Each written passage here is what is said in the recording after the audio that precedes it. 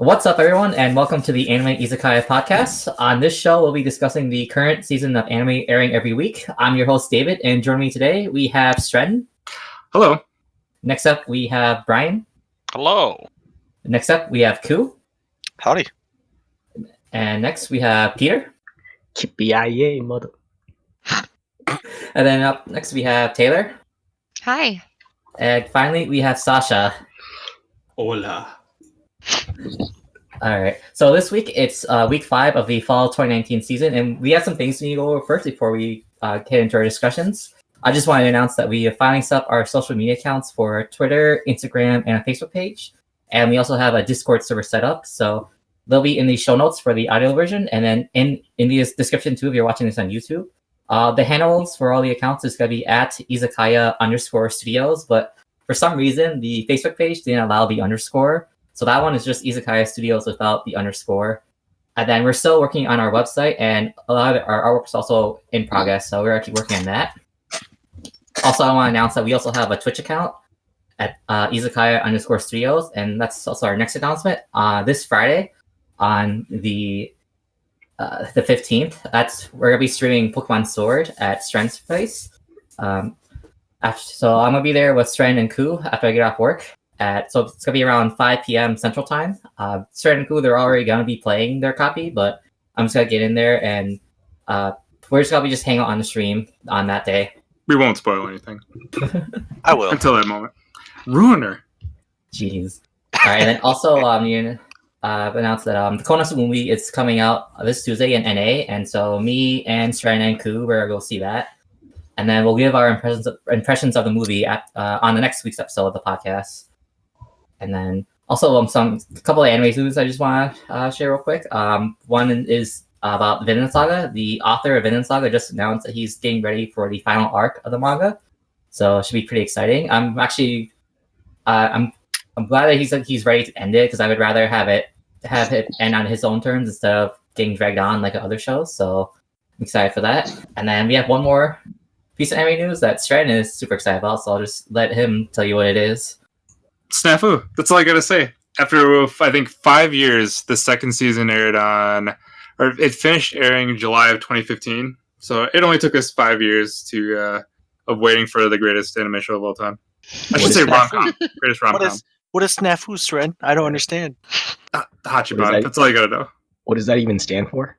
What does It it even doesn't stand for anything. It's just like the English title is like don't know. my high school teen romance. I actually don't remember. Well, that was horrible. I don't even know why I tried to help you build it up. Jeez. Dude, it speaks for itself, man. You just gotta say Snafu and everybody will know. Well, what if they don't know, man? What? Sorry. Oh, God. All right, let's just start over. Horrible, Stren. I mean, they really haven't showed. I know the final light novel comes out. I want to say like in November 17th. Okay, 19th. So yeah, it's either the 17th or 19th. So it's like it's pretty soon. But I mean, I was actually hyped when I actually saw that the show's airing spring of next year. I for some reason thought it might take longer, because they really haven't shown or talked much about it besides just an announcement, and that was it. But And the good news is that the same studio who did season 2 is coming back for season 3. Yes, so it's gonna look because that first season was something else. See, thank you, Taylor. At least we have some information about it, unlike some other person. She's got to carry this. She's the fan. Ironically, he was the one that was telling me all of this about an hour ago. He's just getting too excited right now. Way to go, Sven. Spicy food. Yeah, I'm getting called out. I feel like I'm getting attacked. Yeah, we love doing that on this show. You should know that. Yeah. All right, so that's it for news and announcements. We're gonna head straight into My Hero Academia. I mean, oh my god, I was so close to crying, man. I know, right? Bad. You didn't cry? Oh, bro, I was tearing up so hard. If they would have kept going for like a solid 2 more minutes of just emotional talking, I would probably just been bawling my eyes out, dude. It'd have been just as bad as Naruto saying bye to his dad. I was just dying. I don't know if it's that kind of. No, I was like, it was pretty bad. That was the epitome. Listen, man, how long has this show been out? Like 3-4 years now? or some shit. This is Listen, year man, 4. when you get Year news that 4. this man probably has like some sort of terminal ill sickness, and he's like, "Yeah, I'm gonna die within the next 2 years," it's like, bro, that's hard hitting. All right. You already know it was going to happen in season 1. Like, Yeah, you knew, but you didn't know it wasn't gonna happen that fast. They didn't tell you the date. It's like, damn, dude. it's been 4 years. I thought he was going to die during the fight against All for One, right? Yeah, he thought that There's too. a lot of Guess people, what? yeah. Yep. True that. But let's be real. How bad do you feel for this guy? You know, he's lost all this weight. He's got nothing to live for as it is. I can barely fit that tracksuit of his. Dude, but what about he has to live for Deku? It's basically his son at this point. Yeah, apparently. Let's be honest. Deku needs the catalyst of him dying to go into like ultimate mode. It's what's gonna happen. This is my prediction. Okay, Go ahead. All Might walking in the street, some homeless drug addict, the baseball bat, and I'll take that. That's actually something. No, Taylor didn't say it exactly, but she's like, watch it. Like they're basically making it sound like some just random person's gonna kill him. Which basically, I just assume that's the equivalent of a homeless guy hitting him with a bat. I think what's gonna happen is he's gonna come into contact with fucking Clean Freak, just get blown up. Yeah, because they said he was gonna have like a gruesome end. Yeah, so I mean, like, the only people I can think of a gruesome end is Overhaul. His ability is basically that. Yeah, it's pretty OP, right? I don't think there's any way they can beat him without strategy, and All Might would have to be the guy to kind of set the ground as to how you're supposed to fight against him. So Why exactly would he be in the front lines, though? You know, I mean, Deku probably fucked up. And then fucking this man All Might says, "I have to save my son," and then jumps in, puts his hand in the way, and just blows up. That's very depressing. Yeah, it really is. Thanks, Brian. Yep, no problem. All Might Dude. is That's on what I'm his here walk for. home, contemplating about life and how things have changed for him so drastically. He's reminiscing about his old friendship with Night Eye and how they used to have drinks. And then out of nowhere, he sees that like little unicorn girl who's been molested running around, and he's just like, "Oh no, let me help you, little girl!" And she's like, "Get away from me!" And then as soon as he grabs her to save her, that guy's filthy hand touches him, or actually, I should say, very clean hand touches him. He's like, it worked. Guys, we're laughing about All Might's death. We're not laughing about his possible death, I guess. Listen, man, we're trying to honor his life. Okay, Right? let's celebrate the way he lived and not how he died. Like getting killed by a homeless guy with a baseball bat, okay? Yeah. You know, if they really want to go for shock value, they should just have him kill himself. Be like, man, Taking his death in his own hands. My God. Suicide is never a joke, sir. You take that back right now. dude, I'm just saying, man. Okay, picture this scene. He opens up a briefcase. He's like, "Damn it, Deku, this was a mistake." Smiley face.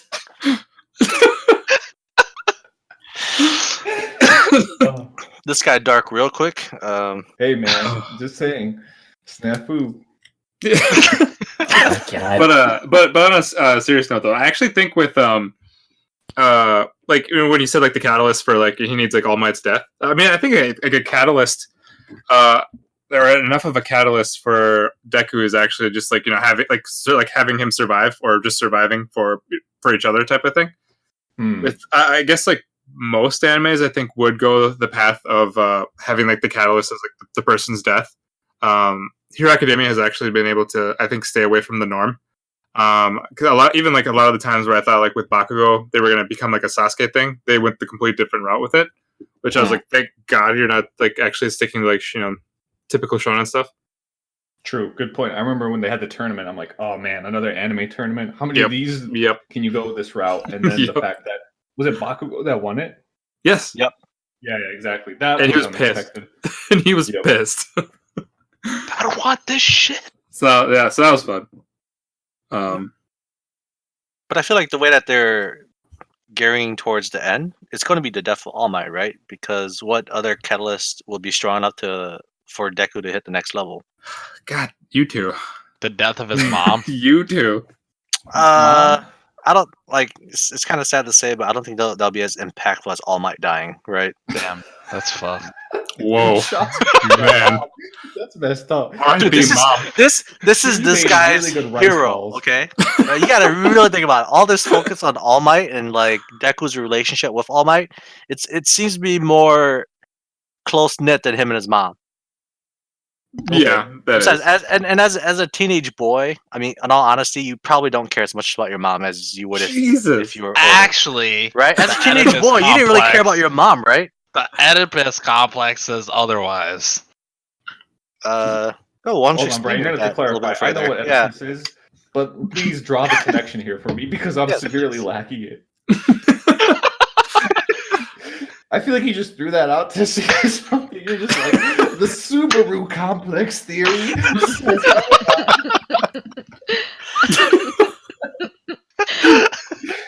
Oh, yep, I got it. Yeah, if this yeah, it would fit. Yeah, But but this for is- anybody but this is- listening, Oedipus basically bangs his own mom and kills his own dad. So I don't know where that connection was there. But So what we're expecting to see then be like him saving his mom and just stabbing All Might in the back. Yes. That first date, it's over. Yeah. Okay. basically. Here's a question. What if one of his well, I'm missing the term here. What if one of his classmates dies? Like what if they're on a mission and you know how Night Eye was telling him like don't be so cocky as to try to like step in and act on your own?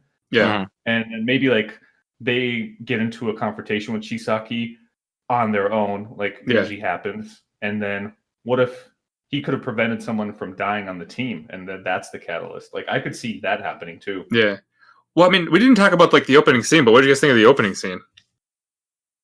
Remind me, I'm totally blanking. Well, it's basically when he ran into, as you put it, Unicorn Girl, and oh yes. Intense, and with all the talking in their heads. that it was that, so yeah. fast and so intense. Yeah. I was ready to see somebody die because Jesus. when you start reading this love, I'm like, oh snap! This alley, this is very ominous. But then I love the fact that he went from that to one of his like schmucks being like, "Sorry, boss, I just took my eyes off her," and it's like, blah. Yeah, I was like, holy shit.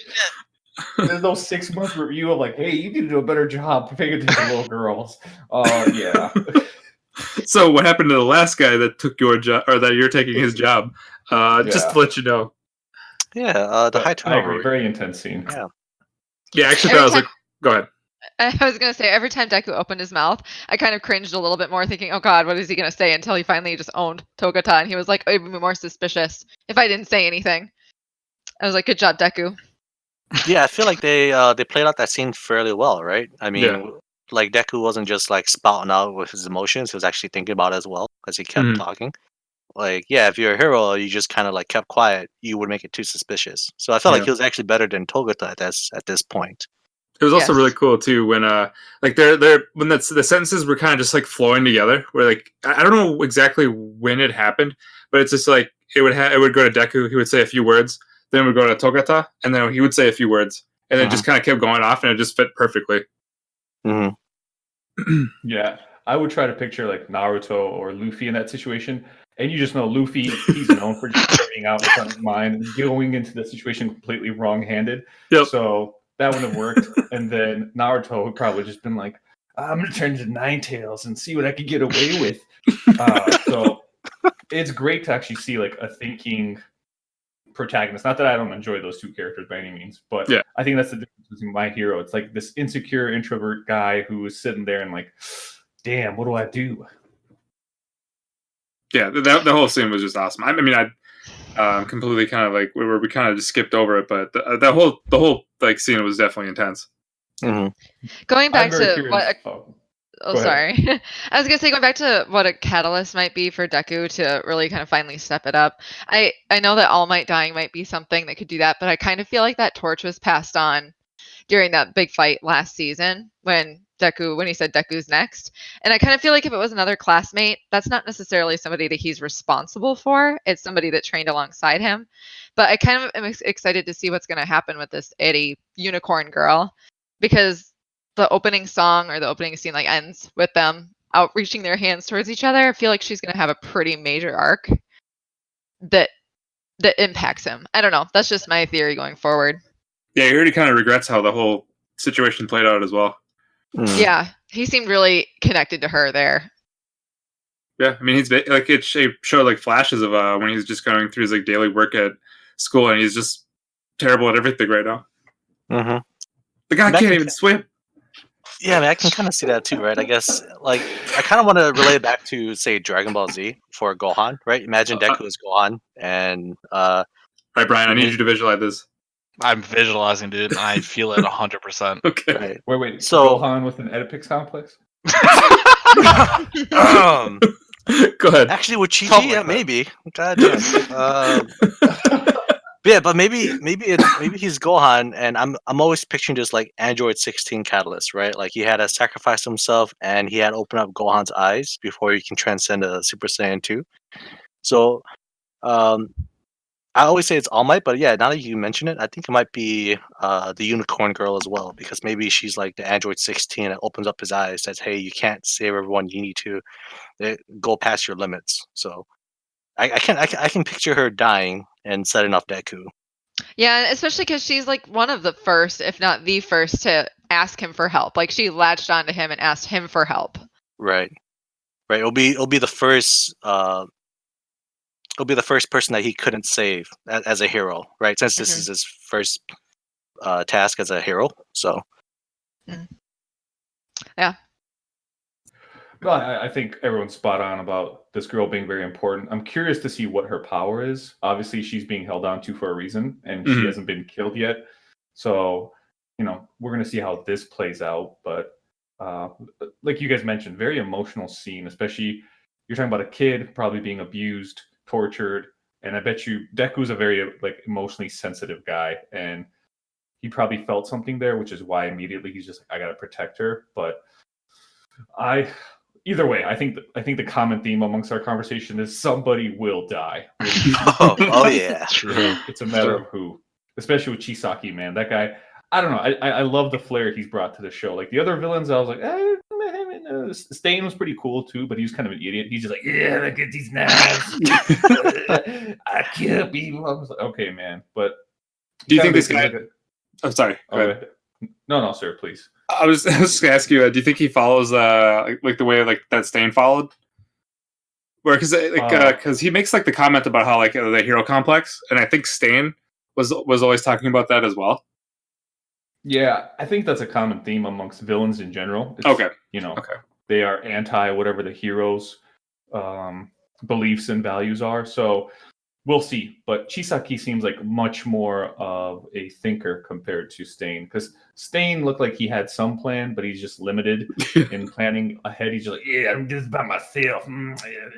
Yep, terrible move. Yeah, you look at Chisaki, what he's done so far. He's made his own team, and then he realizes, you know what? In order to overpower these guys, I got to combine with another team, even though I don't want to. So he sees a greater purpose, and he's kind of one step ahead of everybody. So we shall see, but very, very interessante. Well, he's backed by old school organized crime. It'll be interesting to see how his team fits in with the other.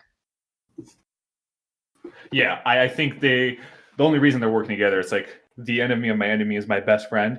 And so that's the whole reason he's able to stomach them. But I guarantee you, if he had the power, he would take out those scrubs too. Like he probably hates Itchy Hands guy. Yeah. They hate each other. Do any of you guys believe though that Overhaul that's his daughter? No. Yeah, probably not. No. Overhaul, or Chisaki. Sorry, it's Chisaki Overhaul. I think is his name. Or villain name. Got it.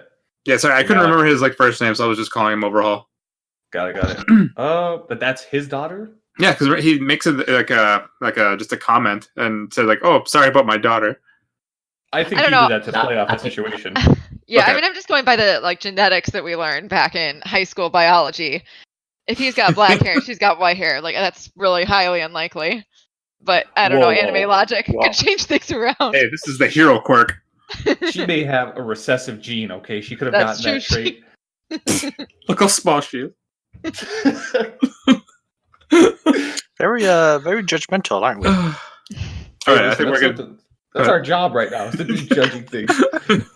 Not little girls, man. Not high school biology, all right? Just How does everybody feel about Togata so far? Does everybody like him? Does anybody have any opinions about him? Yeah, I've loved the guy ever since I first showed him. That guy is the best. Just straight power.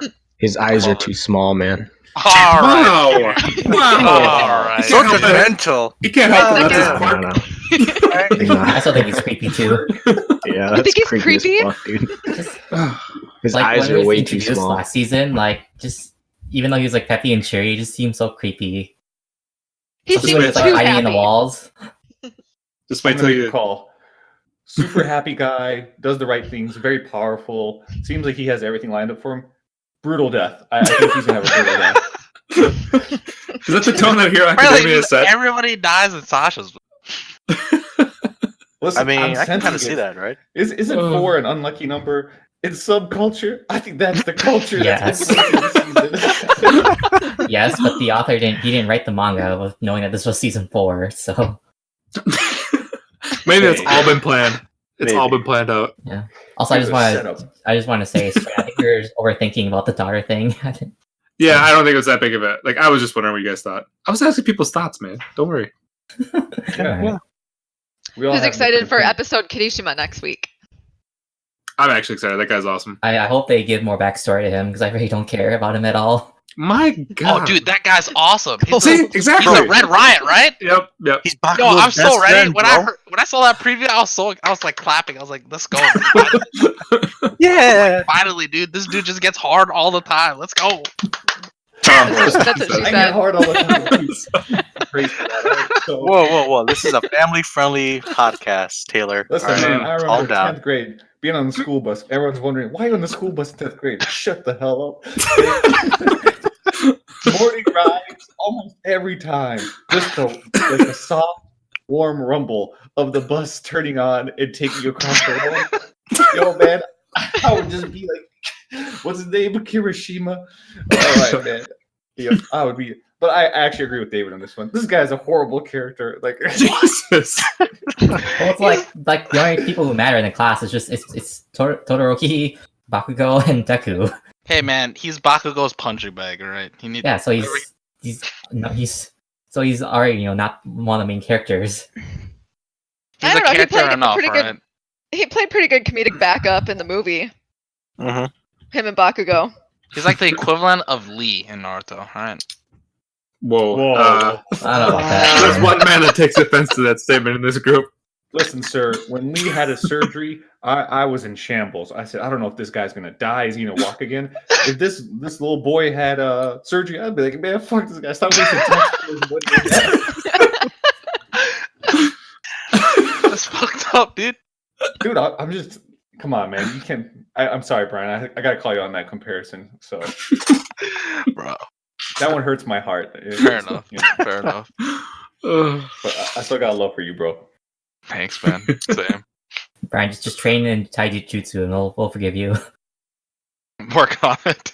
Is there anything else we have for My Hero Academia? No, I think that was it. I don't think so. Yeah. Alright, so we're gonna move right ahead to One Piece. This is again mainly just gonna be Sasha and Peter, so I'll let you guys take over for this section. Peter, let's go with your thoughts since we haven't heard much from you. Oh man, I don't know. Let's see here. All that twist that comes in, and it literally took them 20 minutes just to get to that point when we all knew that was gonna happen. So I was kind of expecting something else to happen, but yeah, I don't know. What do you think, Sash? So I'll be honest, I've been watching One Piece with Spanish subtitles, so I didn't see that twist coming at all. I was just trying to understand the situation. But I haven't read the manga, so I didn't go ahead at all. Yeah. The fact that they're alive, but their tombs are in that forbidden forest, I Yep. like that. I actually really enjoyed the scene of that drunken guy explaining the whole prophecy, because I swear if that was a character. God. That Oh would be my me in real life. Just go into Yeah. that like brothel, drinking sake, like, hey guys, let me tell you about my boss. I like But the I mean- episode though. I'm just so glad that the whole crew is back together again. Like, Yeah. you got Sanji and everybody. The fan service was Brooks, a little bit no one ridiculous. cares about, but Dude, how do you not care for Sanji after the last arc? Like, it explained his Sanji? entire childhood. Yeah. Well, yeah, you had like a whole freaking arc for him. He's Yeah. done now. Move on, bro. No one cares about that shit bro. anymore. Does this deepen your love for Sanji? Like, after that, I was Sanji? like, damn. Yeah. Jesus, bro. Peter. No. Wow. Again, Wow, all I care about is Luffy. So Man, I was just about to say that. God damn. yeah. So you'd be lucky. You'd be happy if you get the whole entire like huge arc like this, the Big Mama arc, and that's all devoted to Sanji. Come on, Man, not Peter, even Chopper had that big of an arc. 20 years of One Piece, and you still can't care about anyone else. Well, let's be honest, Peter. Chopper, he's become like a major scrub. When they first introduced him, bro. he seemed so You don't like interesting. Here's the deal. He eats I those like pills, Chopper more than those steroids. Sanji. What? Oh, I gotta disagree. Chopper's cute, like as like that stuffed animal, but throw his ass in the garbage, man. Sanji can cook for you. Bro, he just hasn't unlocked his next shape-shifting form. I mean, you never know what he's gonna turn into, all right? But he doesn't have, what do you call it? Like the coat of armor or whatever it's called. Like when they get Yeah, well, not everyone can do it. It's only literally just Sanji, Zoro, and Luffy, right? That's what I'm saying though. Like they have, like he's pretty much pointless in fights now. He turns into a giant beast that's just randomly takes down trees and stuff. But when it comes to attacking opponents, doing damage, he doesn't do it anymore. Like there was a point to him back in the day, but now he's just kind of like a comedic sidekick who's there like, haha, hey guys, I'm the doctor. Yeah, but that's like 90% of the cast, all right? Bro. Dude. The only fight scenes that ever matter is literally Zoro. I'll give it to Zoro but mainly Luffy. Sanji. But... no. Dude. How? Sanji was awesome in the last arc, and then the he what was their baked a name? cake, man. Who gives a Dude, that cake was used. Go to tears for that cake. Man. You can't even taste it. I'd rather just watch Shokugeki if I want to watch food. But that's the thing about One Piece, man. It gives you Shokugeki without having to spend time on Shokugeki. But either way, time skip or time traveling. You yes, nay, yay or nay for that? Typically I'm nay because I think too many. It gets convoluted around the rules. Like so many. Yep. Like, it's been used in Harry Potter, the Terminator series. It's just like, how do people keep coming back? So honestly, I'm not a big fan of time travel in general.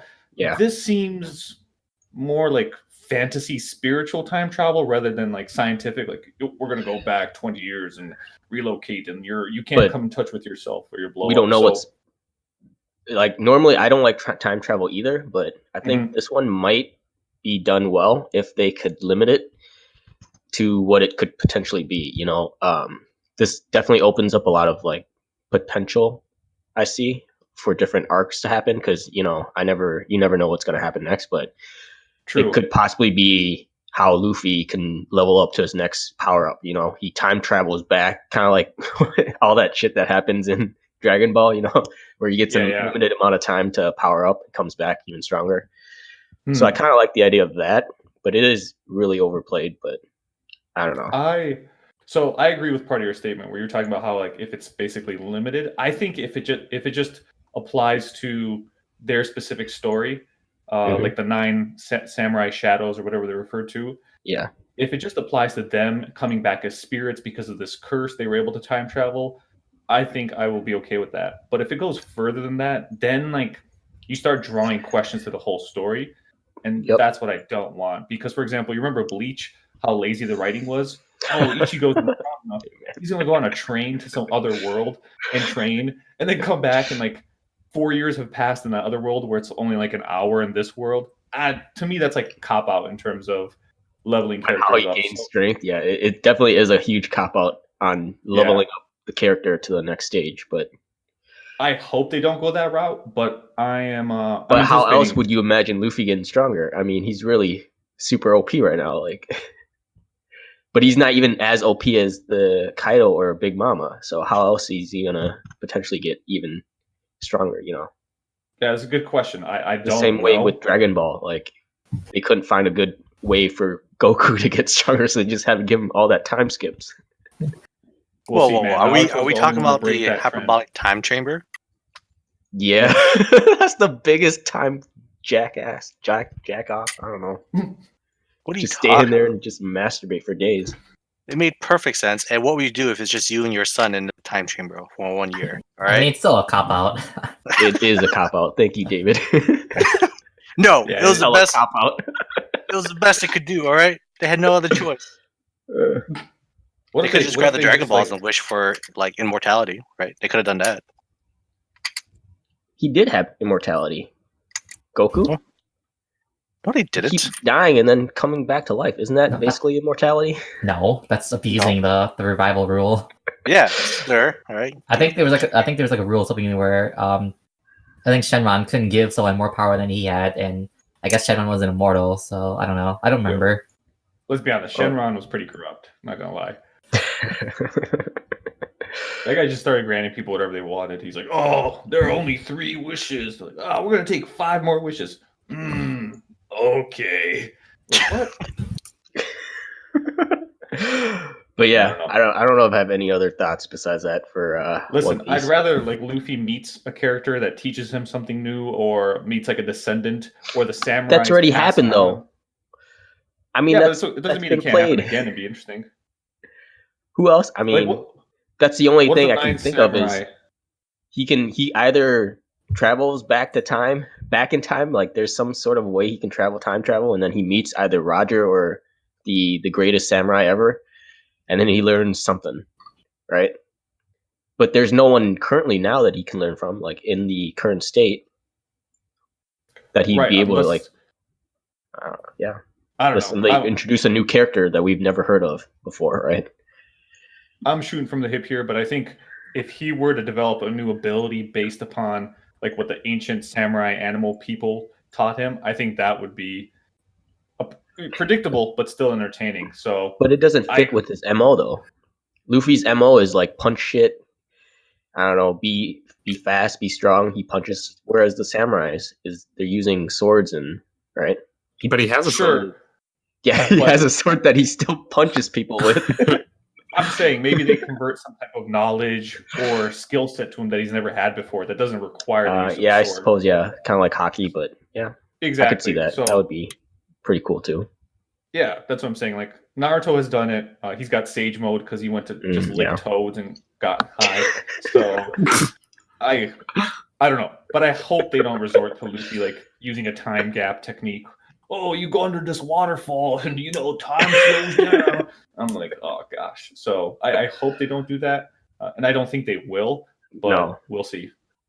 It does leave the door open for a lot of potential and possibilities. But yeah, we'll have They to need to just close wait and that. see because the manga is not that far and the anime is Okay, still going. So that's fair. But overall thoughts. So you weren't happy with the episode, or you're just like whatever? I enjoyed the episode.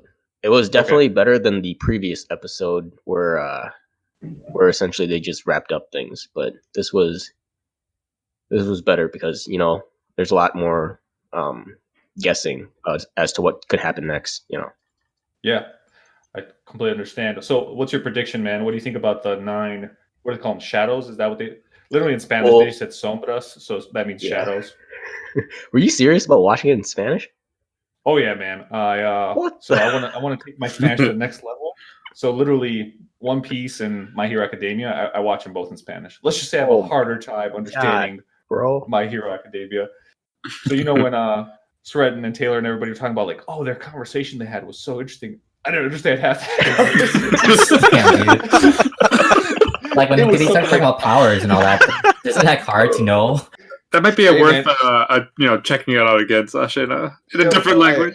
God. I agree, but I got the gist of it. He's like, if I make a move here, it might be obvious. Oh no, he makes the move. So I was just like, sí, está bien. Vamos a bailar. Isn't it like hard in One Piece because there's so much like abstract like concepts are hard, like even like in English, and you have to translate that as Spanish. You know what? Actually, One Piece is pretty straightforward because they repeat a lot of the same verbiage. It's just like, let's go, attack. Yeah. So One Piece is a lot more straightforward than My Hero Academia. I guess, yeah, because in Japanese, there's a lot of like common phrases that you have to repeat a lot. So I guess you can just repeat those over and over again. Yeah, it's actually great for vocab learning because the way I've looked up the best technique is, don't sit there and like look up every single word because that'll interrupt your comprehension of the show. What you should do is if a word comes up enough times, then you can search it up after it's done. So I get what's being said 80% of the time with One Piece, which is really nice.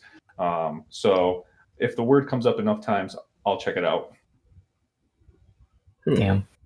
Yep. But in general, I also like the episode. I thought it was really good. I think the arc just in general has been refreshing. It's been really nice. The pacing has been pretty good so far, knock on wood. So I'm eager to see the next episodes. Like, especially the history of this guy. Because wasn't this guy referenced like 10 arcs ago? Yep. Yeah. Yeah, with I think you were talking about when Zoro was it had something to do with Zoro because he was the greatest swordsman or something. Part of one of the greatest swordsmen next to the guy with the giant sword. Oh, Hawkeye? Yeah, Hawkeye. Yep. Or Meat Hawk, whatever his name was. Meat Hawk. That too. No, Mihawk. I think it was like Mihawk something. I think that's your Spanish subtitles, bro. Dude, I just remember I started watching One Piece and I'm like, dude, this Mihawk Hawkeye guy is so cool. And you're like, yeah, you won't see him for another 400 episodes. I'm like, yeah, well, whatever, Peter. And then 400 episodes later, I'm like, oh man, he was right.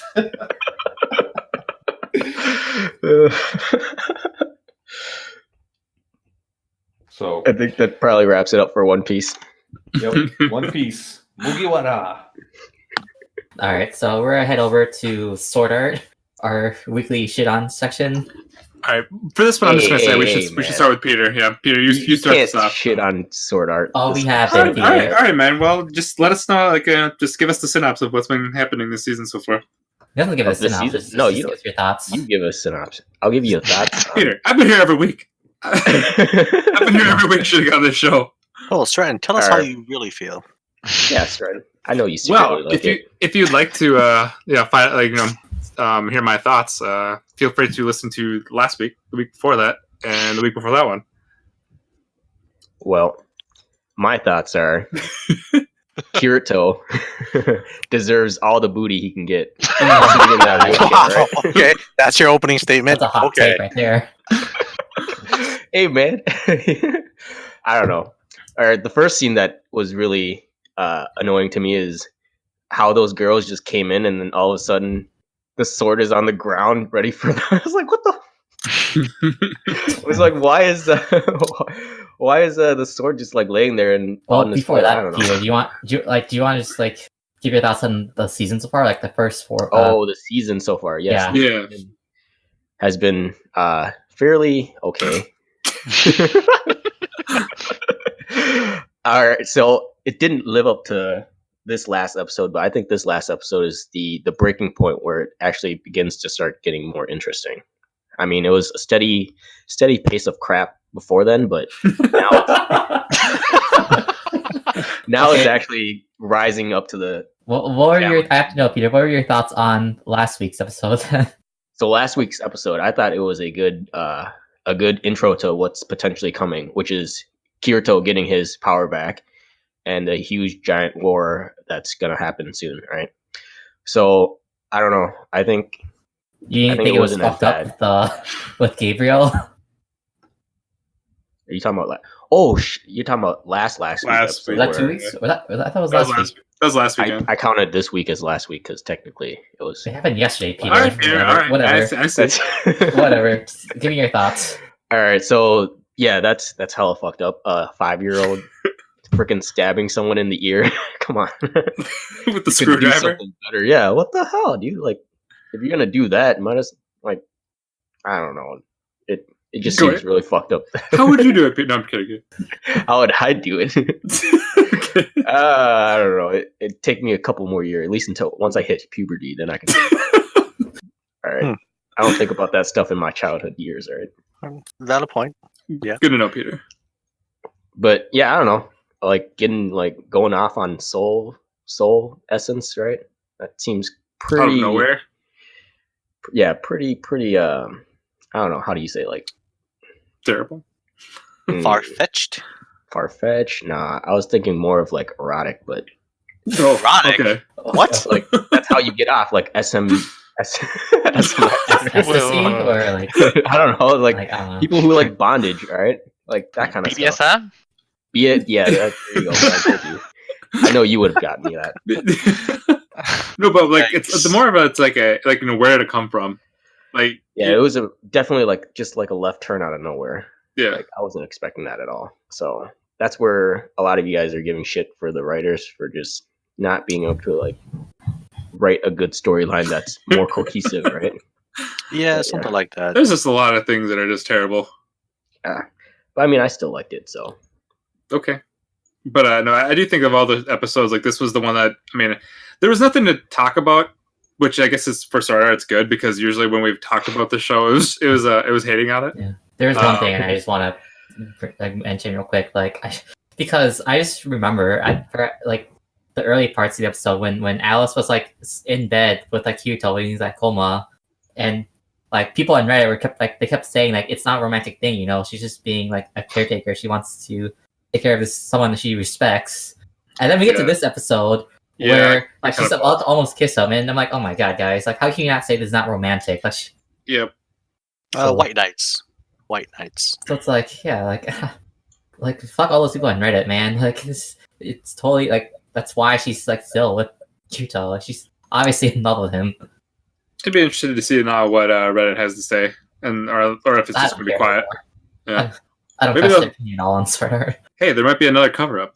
Could be he just saw something on his face, or she saw something on his face. Oh yeah, she wanted No, to I mean, it off, yeah. This episode pretty much like makes it concrete, right? Like she obviously has romantic feelings for the guy, but it devolved from him saving her and opening her eyes, and that went from respect to love. And even with that the other Integrity Knight, the purple one, she apparently has interest in Kirito now too because he opened up her eyes, right? Yeah. And they were bantering about who wants his dick in a sense, right? So let's say that it was respect at first, but you know, it went on to romantic feeling. like again, like this is all just so pointless when he has Asuna. Yeah, this writer doesn't care about that. man, Asuna's not in the story yet. All right, She's she's still on the fucking outside white. She's world. in the process. She's leveling up from level 1. And she's working her way up. Yeah, This she's is a killing different life, the David. boys, guys. Give her some slack. Kirito is living a different life, all right? This is not his life he's living. Right? I think So, it's his he's life. free. It is his life. though. Technicality, right? It's a technicality. Well, it's a different life, right? It's virtual reality. Exactly. Yes, okay. What I was gonna say, but I assume though that the way that Kirito is gonna end up waking up is just like Asuna's gonna show up, and then that whole thing happens. Does anyone else think it's weird that they fucking brought Kirito to the battlegrounds when they're about to Oh, fight? yeah, that was pretty That weird. makes zero But the 2-page, fucking sense. right? Yeah. Like, Y'all have no business being here. Y'all gonna get sniped. and those two like- girls don't even have any powers. Like, what the fuck are they gonna do? Yeah. They're Yeah. protecting Well, I mean, they're with their in an life. academy, so I assume they're like novice like swords. Right. People, but like I assume like it's to be convenient for him to wake up during the battle or something. I mean, I just thought they were gonna keep him in the tent. Yeah, I thought He's Yeah, that's what I thought a too. vegetable. Exactly. This is why it's good because you know something's gonna happen. No, that's Well, horrible. He's no. gonna like pull his sword out, grow another arm, and then just slash everybody. Oh, grow another. Okay. Out of No, nowhere. Yeah. no, just no. All right. He'll have a magic or a made up arm, or somehow or Yu-Gi-Oh swords are just gonna be flying into like a. Yu-Gi-Oh becomes his right arm. That's what I was. Oh, Yeah, yeah. that's what I was thinking too. Boom, right there. Mind blown. It's gonna be some sort of just dumb, corny shit. Probably. But I don't know. Alright. We'll see. I think we're good on our weekly shit on Sword Art Yeah. section. Hey man, I mean, that's not next- shit on. I mean, next I thought episode we could possibly have more to talk about, but I think it's just going to be more British fighting, which we've all kind of, I guess, just been waiting for. The author just makes it too easy to shit on. All right, it's not our fault. Yeah, it's whatever. Moving on to So- the next one. We're leave it there and move on to Fire Force. This is And go ahead. I was just like, basically, this whole episode is just Arthur. It's just all Arthur. You mean King Arthur? King Arthur, I'm sorry. Excalibur. Yeah, that was. You have to make sure you pronounce the V, so it's not like a copyright by fate. Oh, really? Kyber. Excalibur or something like that. What's up? What? Don't say that again. Yeah, say it again, Peter. No, I said how I love him. Okay. Good Okay. good cover up. Okay, Should've just kept that I to thought the yourself. whole like Lisa betrayal was just I don't know, like it just Yeah, felt that out was of nowhere. Even heartbreaking. though Yeah, I guess I it could was kind of terrible. see it, but it's like I don't know. I just like I was thrown off for some reason. Like it just didn't feel. Yeah, that was bad. I did not think that was good. But yeah, my favorite part was definitely of blanking on the guy's name all of a sudden. Arthur. Yeah. Yeah, man, King Arthur. It's Yeah, King I forgot. Arthur. Yeah, It's King trusty Arthur. steed, You like silver. his donkey? No, His it's a donkey, trusty steed. Okay. No, it's a donkey. Silver. I like can just just- imagine that as Stren's Halloween costume. Hey man, don't say it here. You gotta keep it secret for next year. Oh, Yeah, he was so depressed once he found out that was a donkey, even though he should have realized it from the beginning. So I don't. Was it taped to his His Weenus? crotch. Yeah. He's probably like wearing a string or like some sort of like strap around his waist. Yeah, it was a belt, a strap on, as you may say. Hmm. Okay, Yeah. that's why I meant a belt. It's kind of weird, like how like his power is based on like how he's feeling. I'm just like, oh my god. Hey, that's a really good power. It's power of self belief, dude. No, that's every anime. Yeah, Yeah. basically. And every anime is good. Oh yeah. Peter. You know what? He has a point. Goddamn. My God. No, it's just a stupid trope of like just someone being so dumb, and like I guess they're trying to use it in a comedic way, like oh his power is his stupidity, but I never like that. You don't Dude, like that? No, but it we fits. can- At we least, can be at least better, it but fits his at least it fits his character, right? Like this guy is actually kind of delusional, and then the fact that the stronger his delusional, like his illusion of himself is, See, the the thing is, stronger like, he is. we- That makes sense at That's least. so It actually relatable, does, especially yeah. for Stren. Oh yeah. Fuck you. Oh, man. No, the thing is, like, we've seen this trope so many times. It's like I'm just tired of it. Yeah, Like, the best. It's not Go ahead. funny anymore, honestly. I mean, at least it's not the MC, right? I mean, I like yeah. to say, like I'm sick of seeing it too, but I think for this character and the way they presented it, I think it's actually it It fits. fits. Well, You it's like know? he's not like annoying. It's like yeah, because I actually like the rivalry between him and Shinra, so that's good. My favorite moment of Arthur was when he found that like the last episode when he found like that beaver toy or something. That whole The that one whole that scene was was he's hilarious. pissing. Yeah, it's basically just like he's just like he just kept pissing. And he's basically just like I don't know if I should be holding it. And then he's like, well, I don't know why you're still holding it. He's like, hey, can I take this? And they're just like, what the fuck? Like that whole scene was just like ridiculous. And I know we completely forgot to talk about it last week. Okay, and I also want to mention too, like when the captain, when he just like comes over and he's like, "Where's the fucking key?" and Vulcan's like, "I don't know what you're talking about, man." I'm like, "Oh my god." Yep, one of those scenes, and just like when he kept repeating himself, like about the certain, I actually clicked forward because I'm like, I can't listen to this repetitiveness. Like, I don't know, I just can't take like scenes like that Dude, serious. you didn't like that? That was hilarious. Oh god, dude, it was I it was like annoying. I didn't You like just either, said it but for like 3 straight like scene. Dude. I think stuff like that is like better in a manga when it's written and you read it. I think just hearing from voice actor sounds so weird. I don't know. That I reminds me of Family Guy. So I Well, just No, I actually liked it What? because it kind of showcased the character, right? Like how obsessive he is about detail. Like he's OCD with the details and stuff, so it kind of makes sense. To his I really character. don't like this. I really don't like this bad guy though. Oh yeah, and they also revealed too like that. So he was with the evangelists, or where the cult name is. So like, Hajima. and he's part of Hajima. So I assume like the whole company is like a front for the cult. Yep. Yeah, Dude, possibly. it's just getting annoying that how it's just like another part of it's just like corrupt and it's just like really it's just there's just one team that's good, 2.5 or maybe 1.5. They're all good, dude. What are you talking about? No, I'm talking about like because they're aren't they team 3 Yeah. Yes. he's- or he's- district 3? I mean, Team he's 3, yeah. Company But- 3. You yeah, know, it's just like another one that's just like 7 it's is just corrupt. good.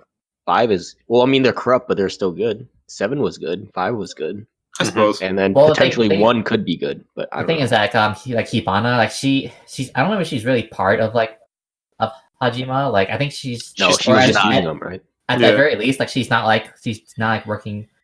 Like she doesn't really care about the company. She's like she has her own plans.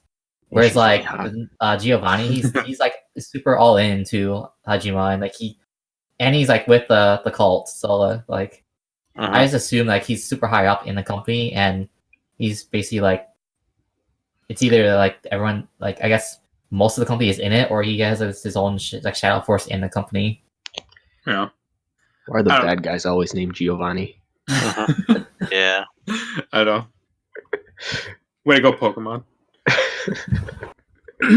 Plus, I mean, just like just the show's been like constantly been trying to show how like a lot of the empire itself is corrupt, and that's why Benimaru, like he's trying to keep like his Japanese town like independent.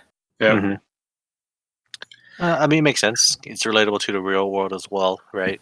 Just corrupt government, whatnot. So, but I mean, I guess the one thing I was kind of wondering, like, what happened to you? Like, where exactly did he go? And I like how it just like, I don't know. I just kept thinking, like, God, this guy's an idiot. I don't think he's gonna die. Like, I know, like, they make a big deal about like infernals in the show, but I think he's gonna be like a major character later. So I think he's gonna live. No, I think he's gonna die and become the catalyst for Vulcan to join the team. Oh my god! Just a whole new, like, just a new character. Everyone's got to die sometime, right? Every anime. Is the MC usually died? Like, they normally die in the first season? Goku died. Okay. Oh yeah, you're right. There you go. Yeah. No, but I think because of Lisa's betrayal, I think that's gonna like be the one that like pushes Vulcan to join, because like he basically lost everything besides you if he lives. So do we know if that little kid's dead yet? No, he's critical, unconscious. Yeah. Okay. But I think it's just because of Lisa, like then he realizes that like he needs help, and he's gonna be super pissed off at he's already pissed off at Hajima, but like he's gonna realize he needs more help to take them down. Yeah. I got nothing else. Alright, I guess we're just gonna end it there for Fire Force. So we're gonna move on ahead to Shokugeki no Souma, or Food Wars, the fourth plate. I just want to say first too, rip everyone's predictions. Yeah, that was depressing. Because no one else here, I think no one here believed that like Takumi was gonna win at all. We all thought he was gonna lose. I thought everybody was going to win, except I thought Eldini was the one that has like the highest chance of losing. Yeah. And then Ku thought that it was gonna be Soma and Megumi was gonna win, and Megumi lost. Yeah. Right. I mean, come on, you just got trained from the former first seed, right, Shinomiya, and like it turns out that he didn't just pop out of the blue, right? He actually trained her for a decent amount of time. It was still like 3 days or whatever, so I mean, there's like but it just reminds me of like the shonen battles where it's like you think about cooking skills like fighting someone, it's like you still like there's still like power levels of like the cooking. Yeah, and then when we finally figured out what she put in that dorayaki, I actually didn't think it was that delicious. Ginger and apples. That sounds pretty gross. I hate fruit. Maybe that's why she lost. Yeah. I think it's a Japanese thing. But I think they probably really like ginger. Well, I mean, the whole part was apples though, so she had to do apples. Yeah. Right. Well, it's like the ginger. I mean, the ginger stuff. It was mainly ginger. Yeah. It's like it's supposed to bring out like the, it's a seasoning, right? It's like a specialty. It's not like the main thing. Mm-hmm. Yeah. So I mean, it was close. It was really close though. She get 1 vote, so I guess that's better than King swept. Yeah, it was enough to make the little bear girl pissed. Yeah, I think the theme is if she would have went first, I think she would have won, right? Isn't that what they were trying to go towards? Because the first dessert that was presented to them actually kind of messed up the dish that was coming afterwards. Well, I mean, they didn't say anything about that, but it could be. I just remember like Aldini's that was Aldini's thing. That was so stupid. Yeah, that was so stupid. How is this stupid? I just wanted to. I thought it was only gonna be Soma that wins, but I guess I'm wrong too. But I just want to say too, Aizen, his dish looks so good, like the roast beef and the egg. Oh, I really don't like roast beef that much, so I thought that looked disgusting. And then like when they kept, I don't even know how true it is about like the artichoke being out the bitterness. I actually want to try that in real life now. It's like eat like a dish that has like a bunch of artichoke and then eat like dessert right after. You can tell me how that goes. I mean, well, I don't know whatever you try, but it sounds good. Dude, next time you go for roast beef, just ask for artichokes. And then they'll look at you artichokes. Like WTF, mate.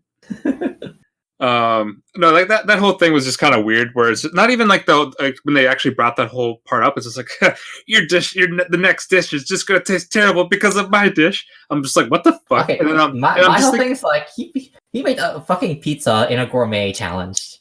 How do you have pizza here? Like I know you're half Italian, but Yeah. Like you can make fucking pizza. Like Hey man, he won. that's It just goes to show you that pizza is life. Okay. Hell yeah, it is. like this is a manga, man. This is not an American like, cooking show. Exactly. Bro, See, if it's from Italy, sir. right. And they're in Japan, not America, where people eat Yeah. it every day. So I find Yeah, it man. to be suitable. It's okay. But I mean, I don't know. I like the whole thing where he was doing like the whole thing where it's just like your dish is just gonna seem awful to them. I'm thinking like, why, dude? Like, why even like worry about that shit? Like, should you just be like, shouldn't you be like confident in your own cooking abilities instead of trying to like bring people down?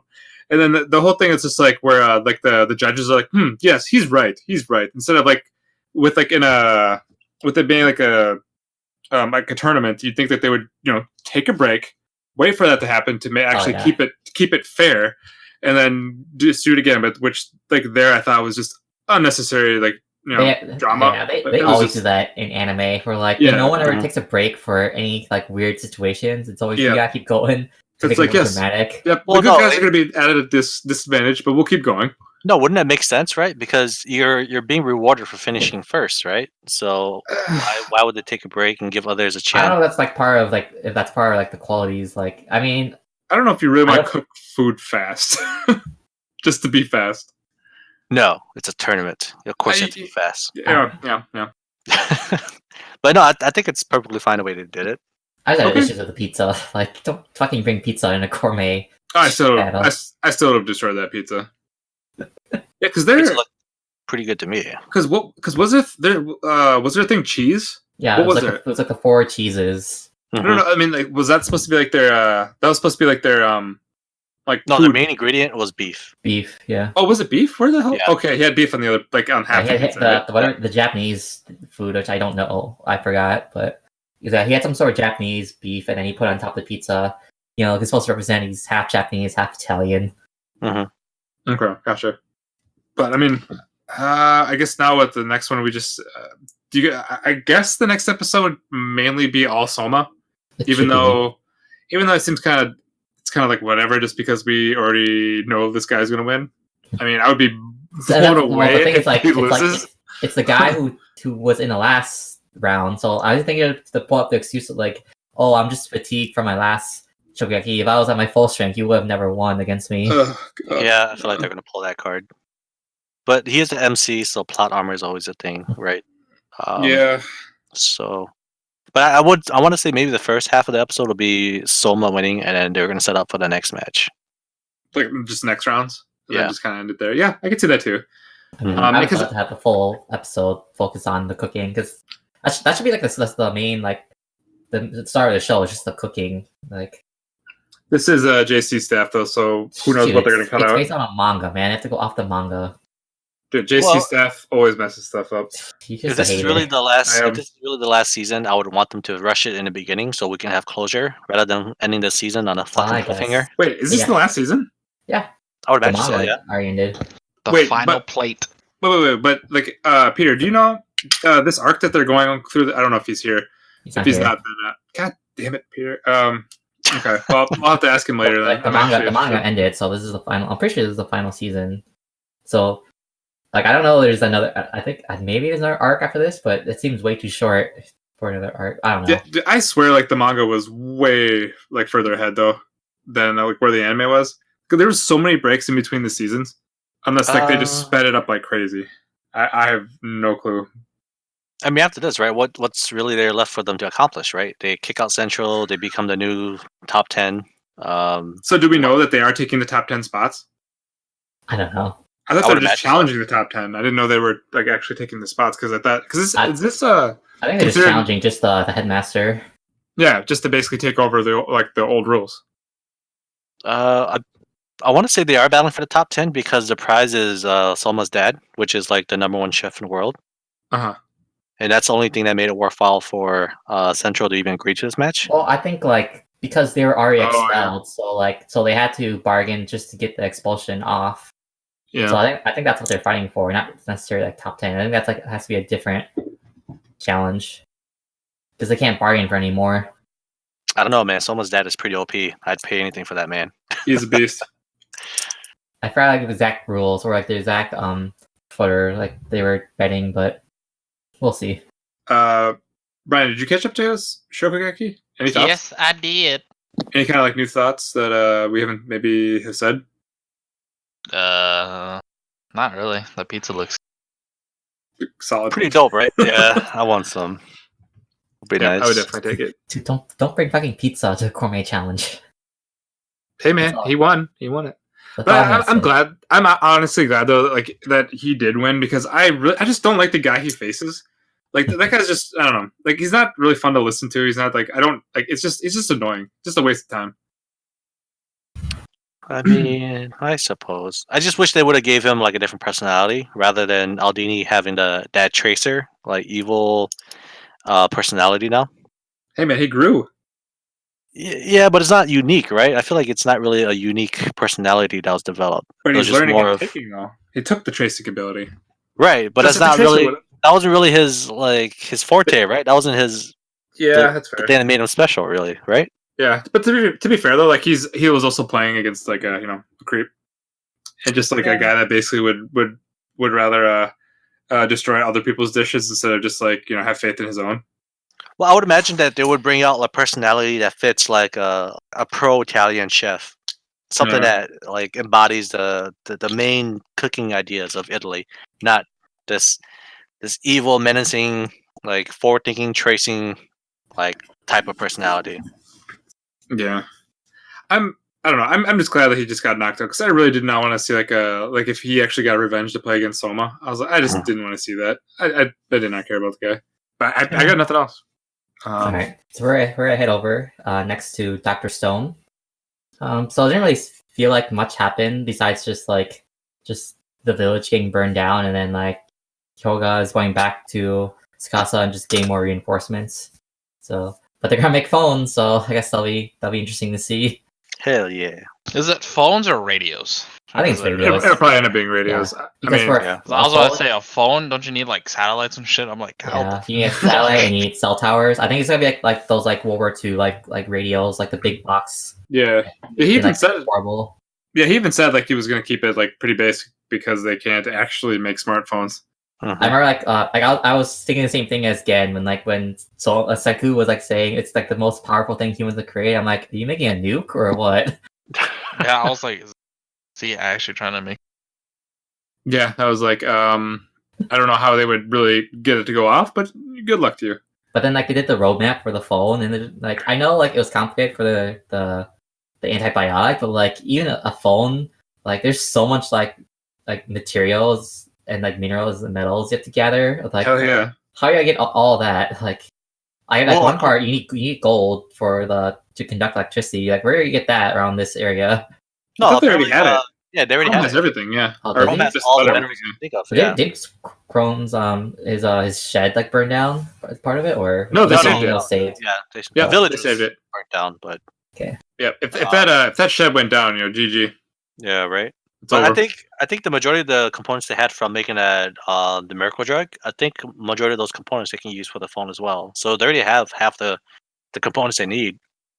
I guess. How long do you think this they're gonna take to make the radio or / phone?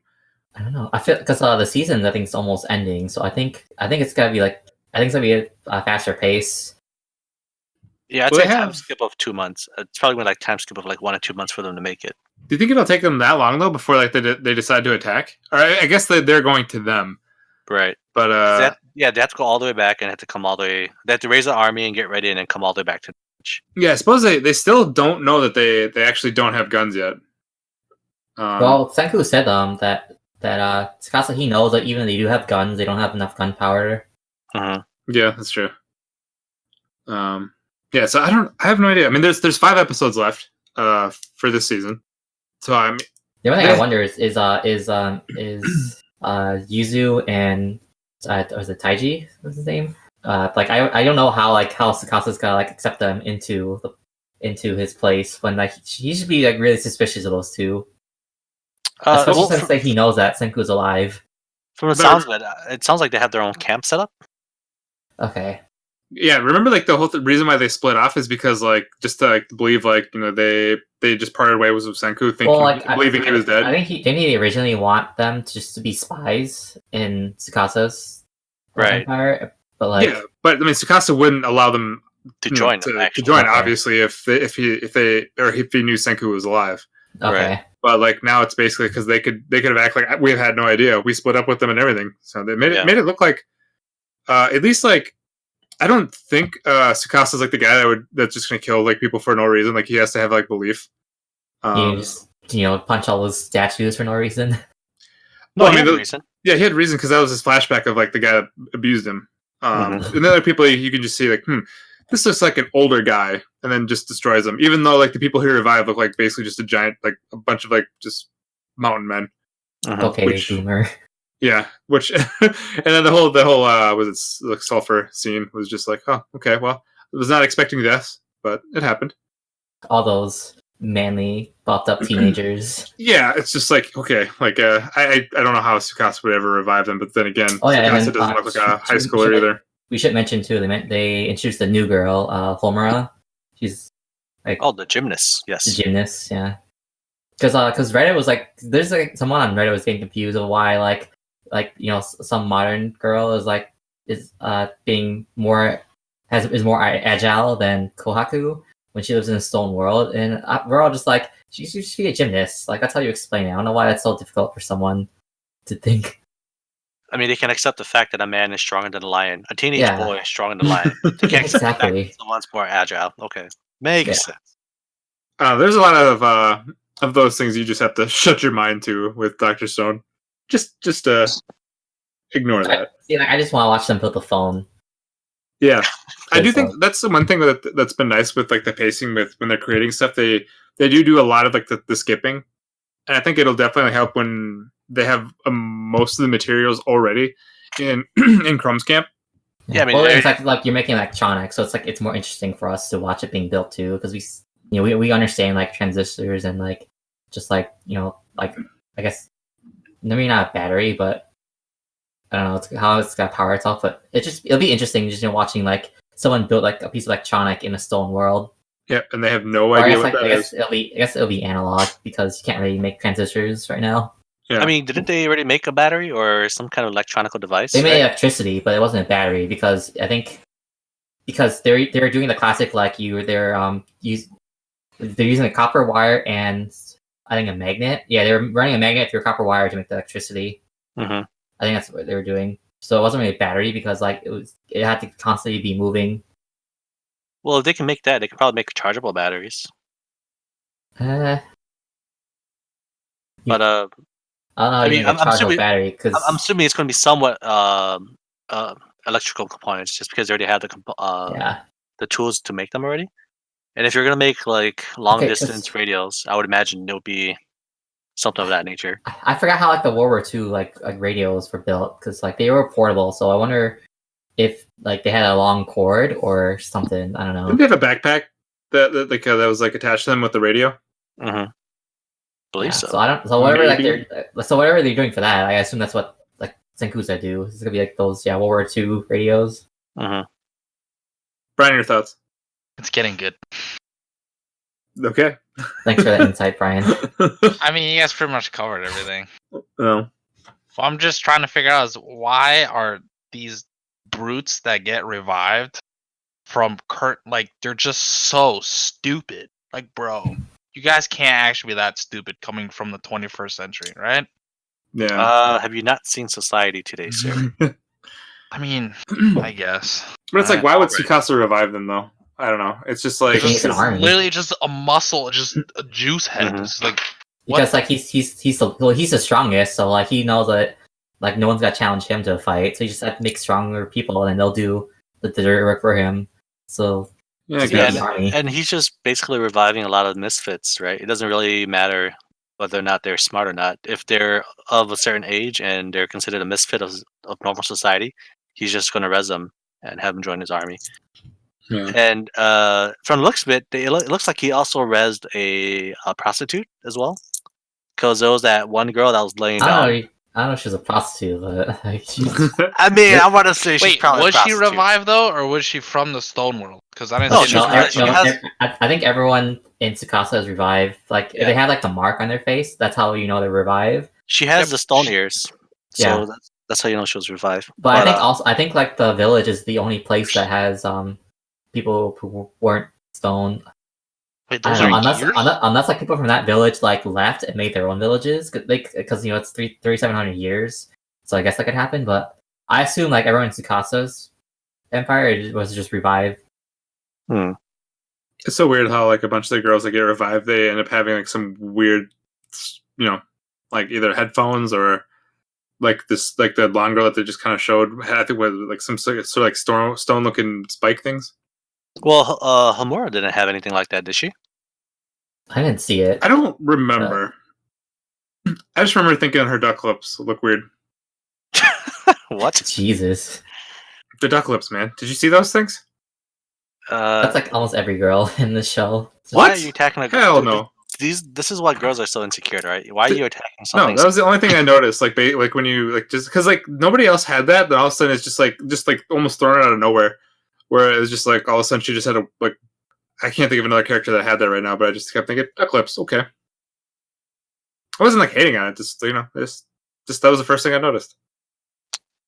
I suppose I feel sorry for her. No, What I mean, she just lights S up on fire. So she's she still has feelings. She's just a girl. She's doing her she's- job. She just Alright, wants she just wants to set everybody else on fire. Besides Shen hanging on her lips, does anyone else have anything else to bring up? I was kind of excited for Yuzu and the other guy to come back. So I am kind of disappointed that they just teased them, but not really showcased them. But I'm hoping the next episode will have them come back into the main party. I don't know if they're gonna, because they need them for. Well, actually, I guess they have to give them the phones. So. Right. But it'll be nice to have some closure where they'll meet up again after all this time. Because I think it's been like what 2-3 years since they've split up. I think it was No. years. I think it was like 6 months, wasn't it? Was it? It's I don't know. It's got to be longer than that. Like, how long did it take them to make the miracle drug? I don't think it was like years. I think it was less than a year. I'll have to look up like Dr. Stone timeline or something and have that ready for next week. Yeah, I can't say exactly where, but I want to say that I remember them mentioning it's been a couple of years since they've split up or something like that. I don't remember that. I don't either. But honestly, those two were like my least part of the show starting off. So I like Senku's new party way more than those other two. Oh, jeez, that's rough. man. Sounds awful, but that's how I, I feel. mean, yeah, Those are the OGs, all right? The I original- like- I don't care. I only like the villagers just because we went more into the science building, where the first two was just about survival in general. I just like I like Chrome more. I like Kinku, whatever their names were. Kinro and Kinro, That one. because the names literally mean gold and silver in Japanese. Yeah. I guess. I mean, you're a person that doesn't have feelings, so it's okay. Yeah. All right, so I think that's it for Dr. Stone. So next up, we have Fate Grand Order, and it's just gonna be me and Stren for this one. Again, the first half feels like a fetch quest for an RPG or mobile game, Yeah. or I Yeah. guess like where Gilgamesh is telling them to like, hey, here, I have a thing you need to get me. It's just like, Yes. A stone tablet with memories I cannot remember. That's what it was, wasn't it? I think it's something about like a vision of the future, maybe. Yeah, that for some reason like he couldn't like bother with remembering. I know, right? Or he put it away in this other city. Yeah, I don't know. So that whole thing was just like, okay, dude. It's just Whatever. like, this is a fetch quest. Yeah. Making them- and they had to get the equipment ready, and then they brought Anna with them, or she was excited to leave. It's just like, Yep. I don't know. And then Go ahead. go ahead, Trent. No, I mean I was gonna say that was like basically like you said the full first half of that episode.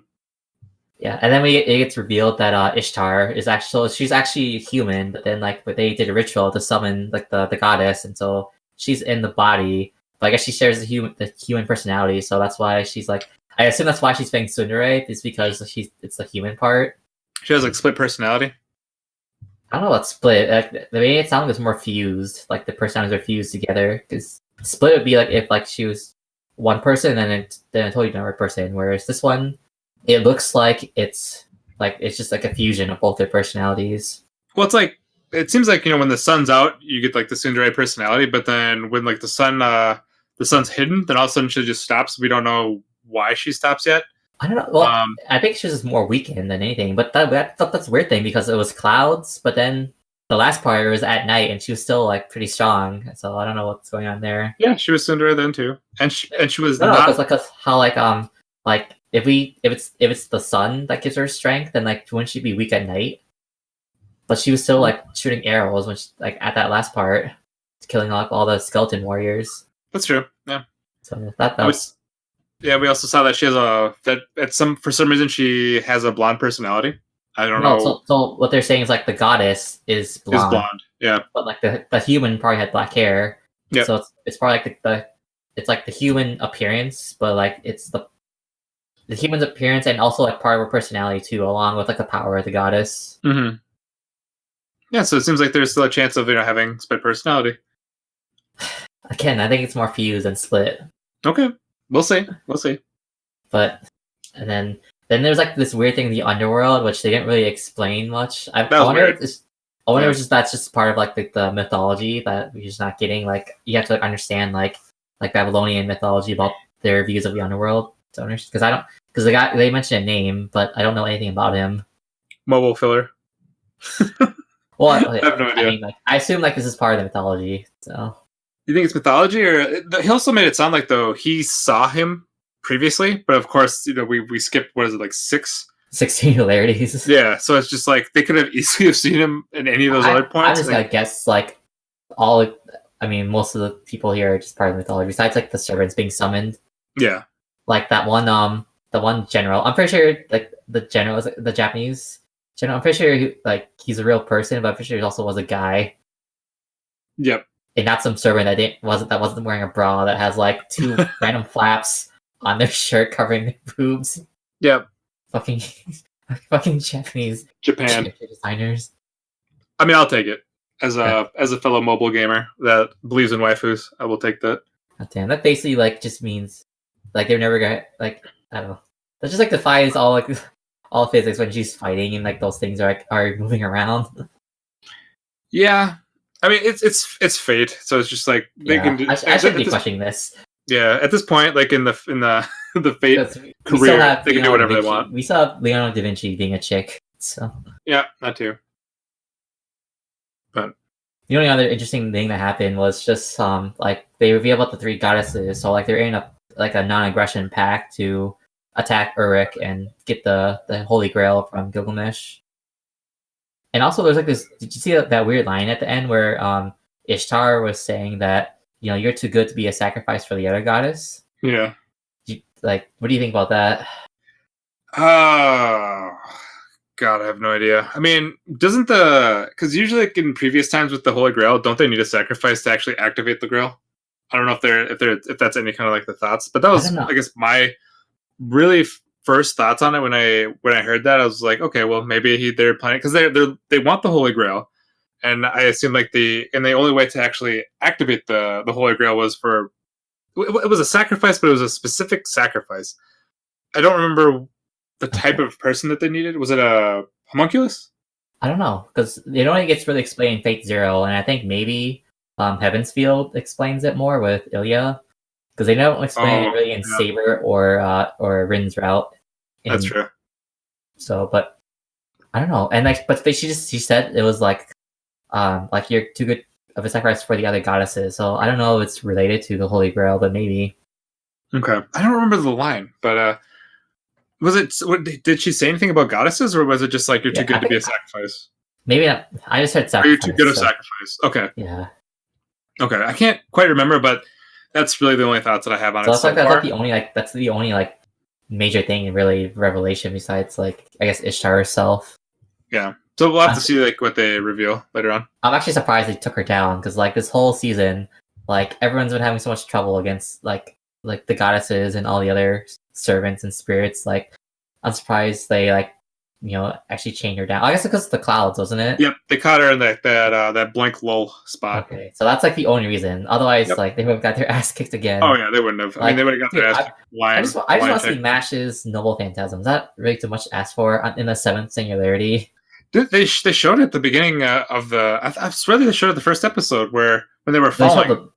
They showed episode 0, but not the 7th. Not the 7th singularity. But remember when they were falling though, and then she used her ability. Was that it? I'm pretty sure it's just Phantasm. I think so. It's basically just like a gigantic wall protection thing. Yeah, but I want to see the fortress. Wasn't that a fortress? I'm pretty sure that was a fortress when they were falling. I remember her using it when they fell, but. All right. Well, I'll go back to it maybe and see. I want to see it used in battle then, actually, not like losing and actually using it to win against something.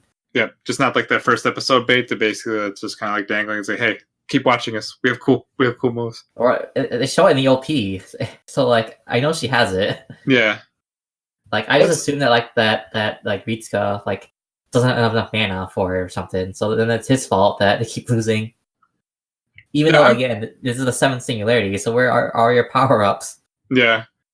When watching the show though, I'm just like expecting there to be like a fight every week. Like it seems like I swear almost every week they've had some sort of like nice animation and some pretty cool looking fights. I assume it's like going off like a mobile game format with like fetch quests and then boss battle. Yeah. Yeah, so I mean it's like I'm not really I really don't think too in depth about the Fate story because it's just so damn confusing. So I'm enjoying the animation, I like the mini fight scenes. So out of like the other Fate spin-offs, like Fate Apocrypha or I don't know what other Fate how would you like rank this? Is it like one of the better ones or? Oh god, I'd have to make a list. Okay. I mean, like, still the best ones were I still think Fate Zero and Unlimited Blade Works just because I wouldn't even consider Fate Zero a spin-off. It's like I think because it's canon, isn't it? So it's canon and like directly before Fate's Day. Oh yeah. So I mean, if you want to, sure, but like I would say not counting that because all the other ones are always like in a different timeline or. Yeah, that's true. Yeah. Well, I guess even though like Lord L. Malone was being in the same timeline too, I guess, but. Yeah, I enjoy that too. So I would say, okay, Fate Zero is the obvious best, but like compared to the other ones, then like Apocrypha or like what was the one, Exilia or? Oh, Exilia was Last Encore was the worst. That one I know for sure was the worst, and I was so disappointed. But I would have to like, I don't know, I have to like look up the list of like all the Fate Stay things or the Fate animes that I watched. There's a bunch of them. And I just have to. I guess like it's just too hard to like. To watch this without knowing about Fate in general. Yeah, you have to have like either some sort of interest in the Fate characters or the mobile game or the previous shows to be like wanting to watch this.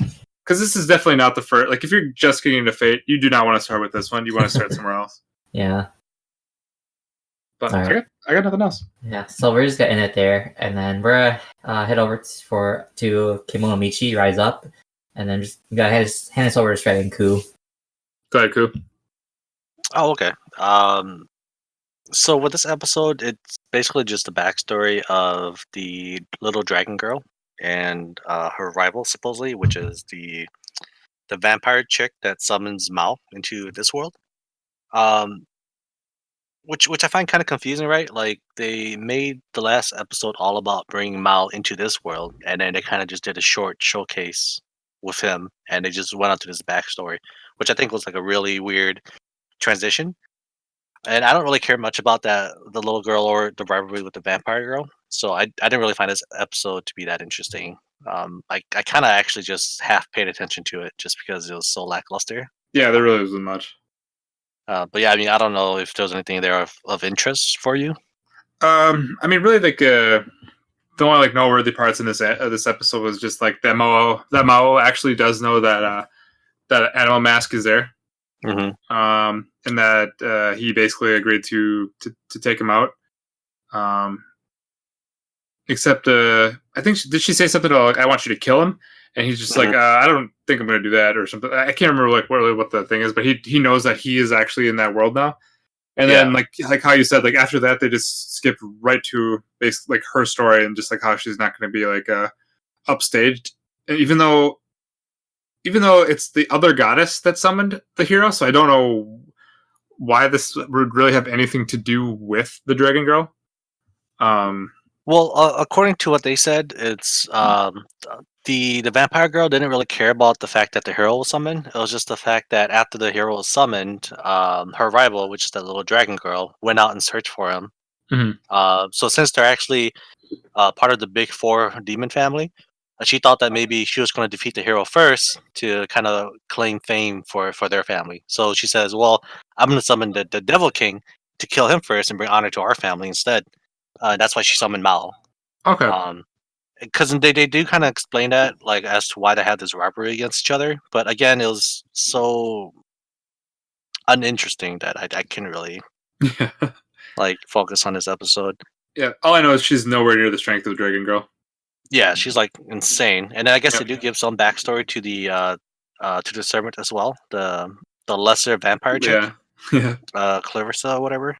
But yeah, I feel like it didn't really add anything to the story other than like a slight backstory. Yeah, it was another just backstory episode, so which is not too bad because they've had like two of those in a row now.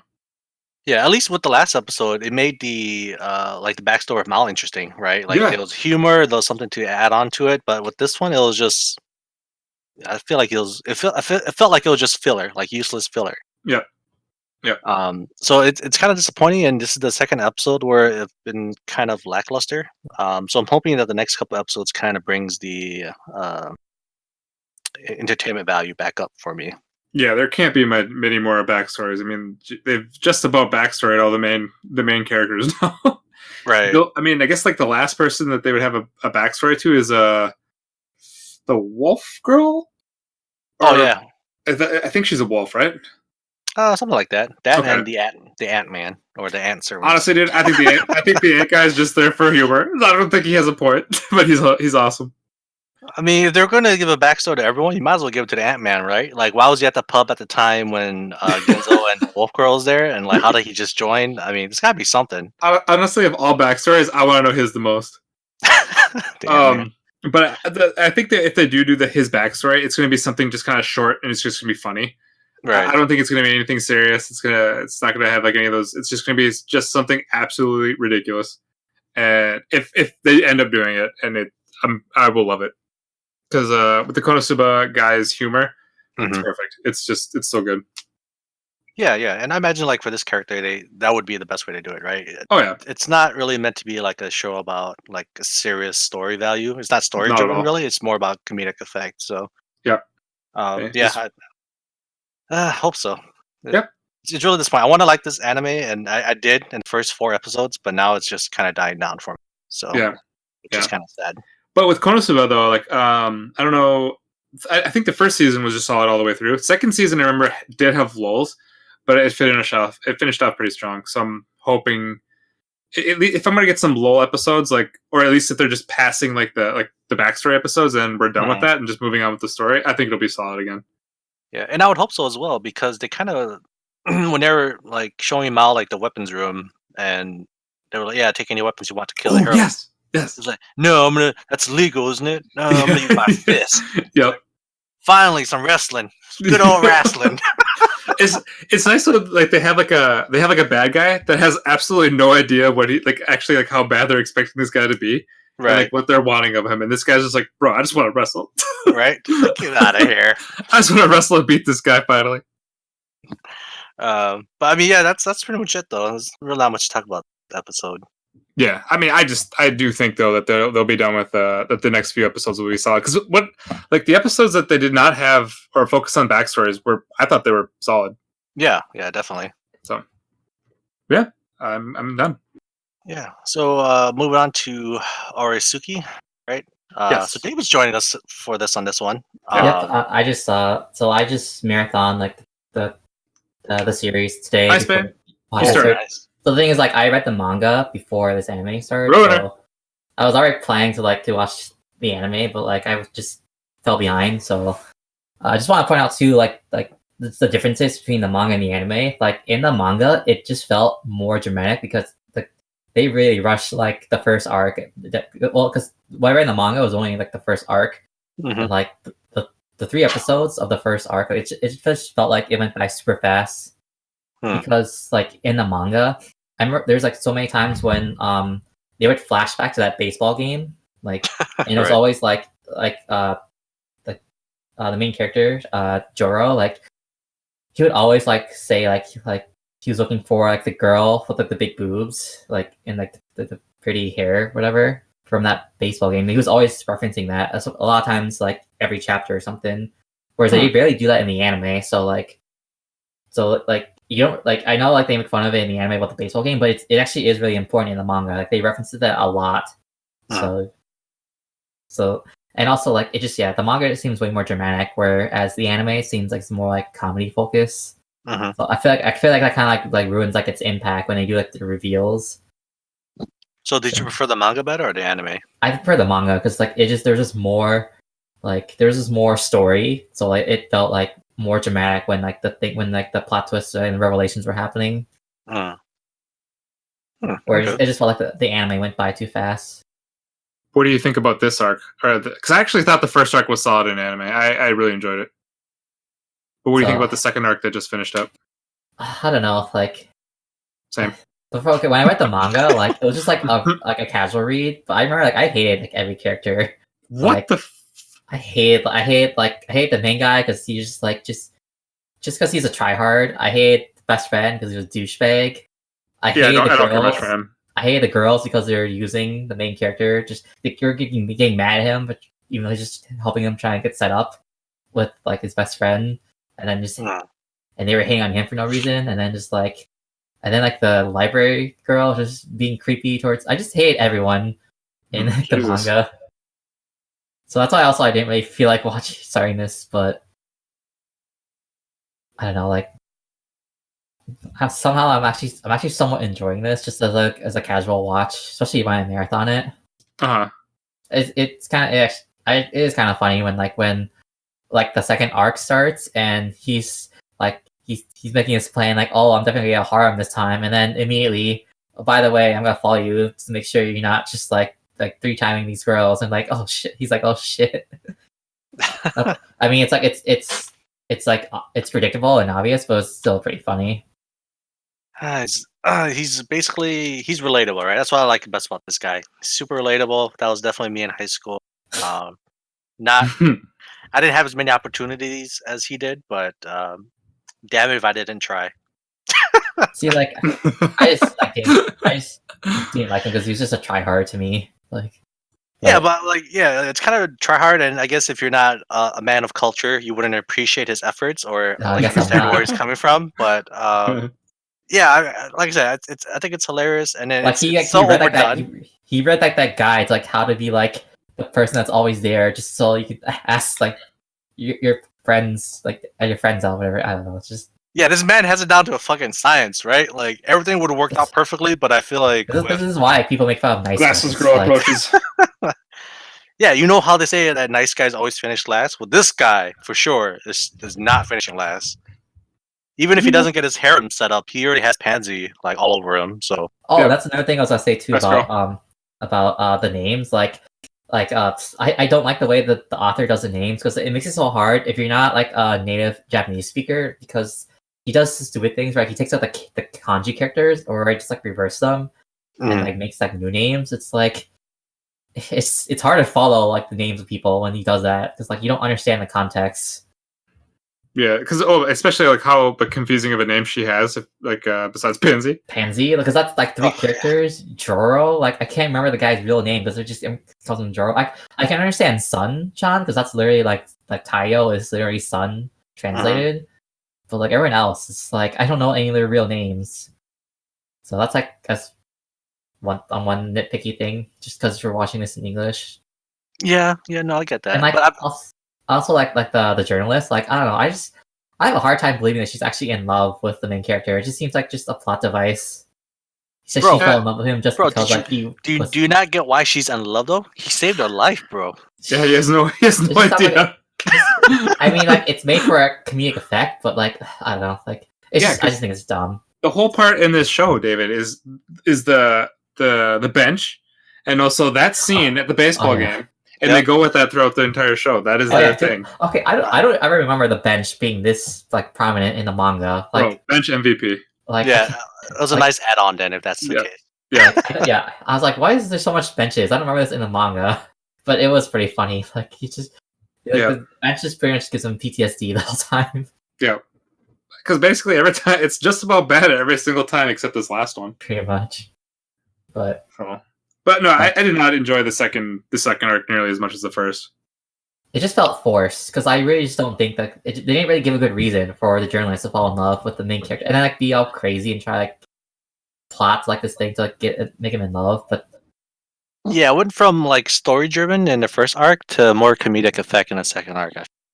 But I mean, I guess they do explain it, even though you may not like how cliche it is. But they do explain I why she fell in love. Anime. I think it's because they're rushing in the anime. I think like I'm pretty sure it's based on a light novel. I think in the original light novel, I think it would have been more dramatic than the light novel because there's more to build on. Yes. And also it seems like every 3 episodes is just an arc. Because the first 3 was just like the friends arc, and then the second 3 is now like the journalist arc. So I wonder if they're gonna do 2 more arcs in like 6 episodes. Like I would rather just have them do like 4 episodes for an arc instead of 3. I think that would have been enough time to make it more fleshed out and actually make the moments more dramatic. Yeah, I mean, I suppose. But haven't they been doing it where it's actually like 3.5, right? On the 4th episode, they kind of ended the first arc and then transitioned to the second arc. Yeah, this is the only one that I guess did not transition. Mm-hmm. Yeah. I don't know. Like, I can't really take it as like too much of like a dramatic show though. Like they'll have its moments, but it's just from like the first arc. It just like because I remember there was one episode I was like damn, that was dramatic, and then the next episode was just like mostly comedy, and then just kind of like shrugged it off. So I was like, okay, well this is gonna be that type of show then. So I don't like, even if they have like these really dramatic like moves, like oh no, like the school thinks he's dating 3 girls. I'm like, yes, this will be cleared up. Yeah, then you have that one pink-haired girl that's kind of a bitch. Like, oh, if I swear to God, if you hurt those girls' feelings, I'll never forgive you. Yeah, like who are you? Yeah, get out of here. Properly introduce her. It's like, who are you? Right? Yeah. That was just weird. Yeah, and then like I kind of thought that to me, which was kind of weird, is like Pansy wasn't behind like uncovering what was going on with the journalist. It was actually just all the student council president. Yeah, basically she just like let it play out. So yeah, it's really weird how quickly I think she turned from like being in love with his best friend to being in love with the main character. Like I know like it's a rom-com and like stuff like this happens, but it just felt way too. It just felt like the point where they all hate each other to the point like they're all best friends, they're like friends again, and like the girls love him. It just felt like not enough time. It definitely seems like it's slowly becoming like legitimate harm now. Like that, like with his like childhood friend. I'm pretty sure that's what the author I don't like meant anybody else anymore. Yeah. I'm pretty sure that's what the author meant in the first place. Just because that's the only thing you have after like you solve the problems of like the first arc. Yeah. There's no tension or anything, but it just felt way too fast. Like I wish there was like more time so that it's more believable. I think I was okay with the pacing. I don't really care to be. I guess even though like I guess they saw like they saw in the library like what actually happened, but still it's just like the shift from like them hating on him to like being in love with him. I don't know. I don't full force. I don't really care to see like the just basically him like wallowing like for like how like the school hates him and stuff. Or I didn't really like the journalist girl. I don't know, like just from the beginning I was like, oh my god, let's just go away. I thought she was okay. I mean, I usually enjoy like energetic characters, but like it just felt so forced. Like this whole arc. That's the only thing I don't like. Yeah, she was fine until she started to do like just sleazy stuff. But definitely the highlight of the episode was the end when Pansy came up. Yeah, I was like, God damn, woman, where have you been all my life? Where have those been? I don't know. That was I don't know, like it's all of a sudden like damn, like was that like a thing this entire season?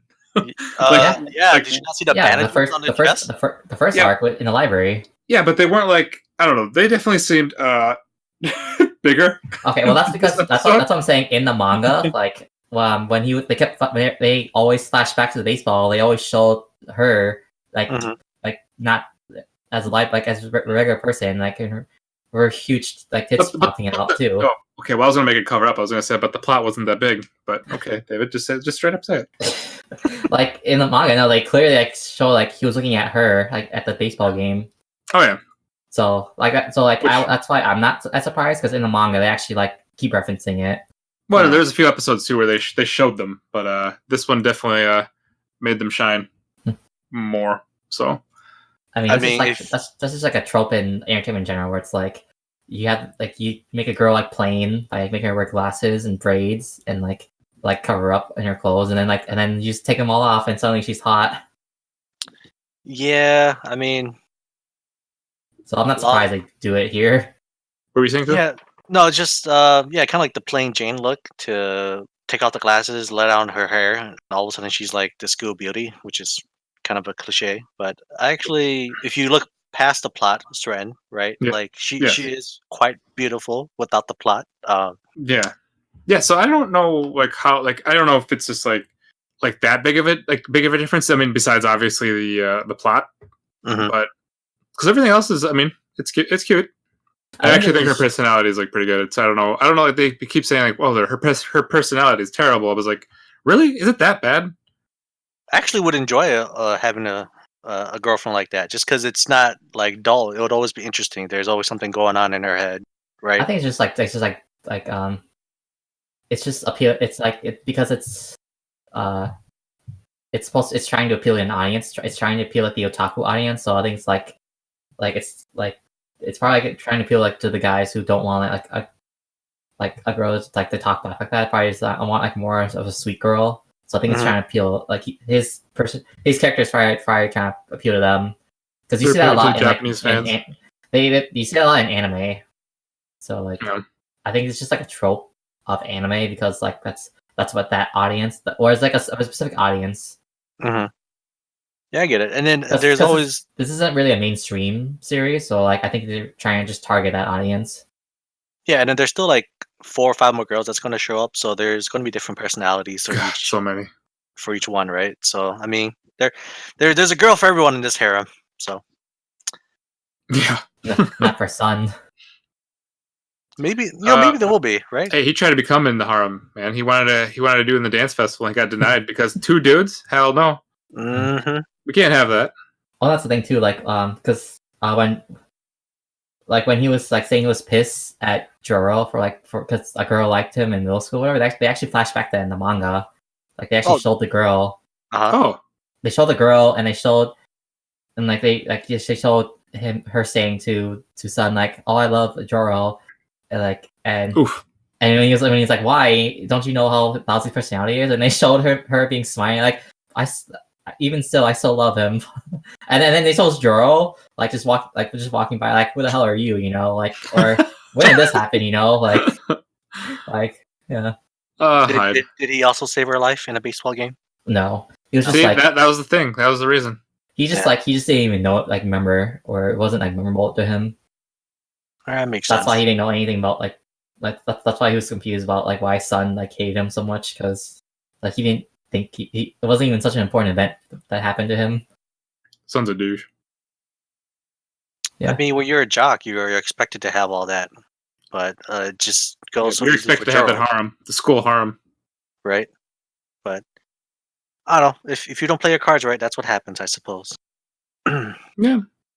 I just want to say, I think this series is better if you just binge it than just like watching every week, because like just at least when I binge it, like it's like I'm actually more like interested in seeing what happens next. Whereas like I think I was watching this weekly from the start, like I don't think I would have enjoyed it as much. Well, I've enjoyed it. It's still been really fun.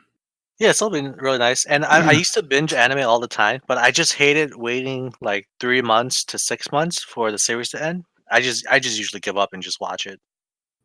But I would love to binge it if I could have waited. I think like rom-coms probably like good to binge, because like you don't really need to like there's not much like too much like thinking you have to do every week to know what's gonna happen next. So I don't know. Yeah. So anything else from ORESUKI? I think that's it. I mean, I'm just hoping that the next arc is better than this last one. Because I mean, it still like wasn't bad, but I didn't enjoy it nearly as much as the first. Oh, I should ask So I'm you. hoping they pick You it think up. at the end of the season he's actually gonna end up Pansy, or they're just gonna make it No. open-ended? Open-ended. Are you kidding me? They never Yes. get Yeah. together in these things. I Yeah. feel like yes, right? Like I feel like Joral's gonna think he has his harem going and he's set for life, but I still feel like Pansy's calculating everything just to make sure that at the very end he's gonna end up with her. I think like it won't cover all the light novels, so they're probably gonna make it open-ended just to sort of make people read the light novel. Yeah, Yeah. if there was like 26 episodes, I would think like sure it might be done. But if it's only 12, nah, that's too little.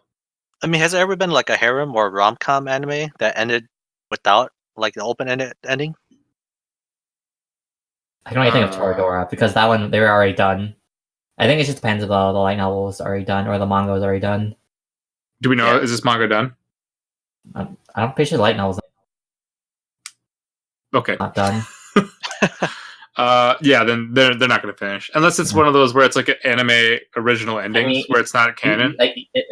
Even gamers were like where they were supposed to end up together. There's still like misunderstandings until the very end. Like the light novel was still going on. Yeah, Oh, so that's why okay. I don't think it's going to end. Yeah, it's gonna be open-ended for sure. I don't think it's gonna be closed out. Yeah. Sadly. Sadly, yeah. All right, Hey, so man, I think I like there's- closure, man. Oh, go. No, What- I'm just saying like I like closure. I don't know why, but I would like to have some closure to all my anime. Rather than same, have this open-ended thing. but it's like it's just the mediums. Like they always leave. It's like part like Japanese storytelling has always been like that. Like they love leaving it vague, and that tends to make things more open ended. And also like they're obsessed with like keeping open for like keep it going for like a sequel or a long running series. Okay, No, you want the ending? Read the manga. Eat that shit. No, just tell me. So I'm pretty sure like there's End it been like for me, please. a bunch of times where like authors want to end, but the others keep making them write more because it makes them money. Yeah, I suppose. Well, I'm done. I got nothing else. All right, so I think we're just gonna end here for now. So that's all the shows that we talk about this week. Just want to thank everyone who's been listening for this week's episode of Anime Izakaya Podcast, and I want to thank the panel too for joining me today.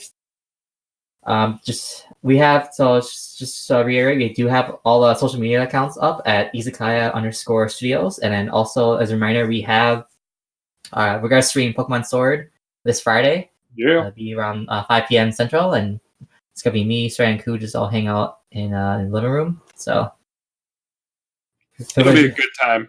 Can't wait. So feel free to join us there. Otherwise, that's it from all of us today. So until next time, see ya. Bye. See you guys.